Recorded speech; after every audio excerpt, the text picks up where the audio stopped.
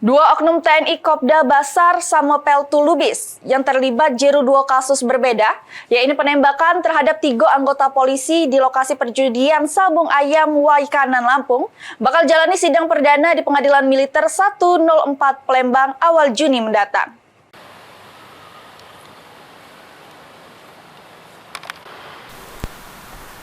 Kasus penembakan di lokasi perjudian Sabung Ayam di Waikanan, Lampung terhadap 3 anggota Polri, yaitu AKP Anumerta Lusianto sama 2 anggotanya, bakal masuk ranah persidangan di Pengadilan Militer 104 Palembang sesudah Otmil 105 Palembang nyerah ke berkas perkara kedua tersangka ke Pengadilan Militer 104 Palembang. Juru penyerahan berkas ini, Otmil nyerah kedua berkas perkara dari 2 tersangka dengan kasus lain-lain, di mana Kopda Basar dijerat pasal berlapis, yaitu pembunuhan, kepemilikan senjata api ilegal, serta perjudian. Sedangkan untuk Peltu Lubis cuma dikenal ke pasal perjudian.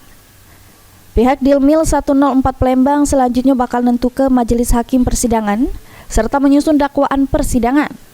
Diperkirakan kasus ini bakal dilakukan sidangnya awal Juni terbuka untuk umum. Sejak perkara dilimpahkan, itu perkiraan sekitar 10 hari kerja. Karena kami punya waktu 1, 2, 3 untuk menetapkan majelis hakim, kemudian hakim ketua menetapkan hari sidang, kemudian mempelajari. 1 minggu sebelumnya kami harus mengirimkan ke Outbill untuk pemanggilan para saksi dan terdakwa. Kalau kita hitung sekarang, berarti sekarang tanggal 23, nanti ada hari libur juga. Kalau saya lihat tanggal, mungkin nanti teman-teman update saja. Mungkin di bulan Juni, kalau hitung 10 hari ke depan. Juru proses pelimpahan berkas perkara keluarga korban diantaranya bini almarhum AKP Anumerta Lusianto hadir serta selek langsung pelimpahan.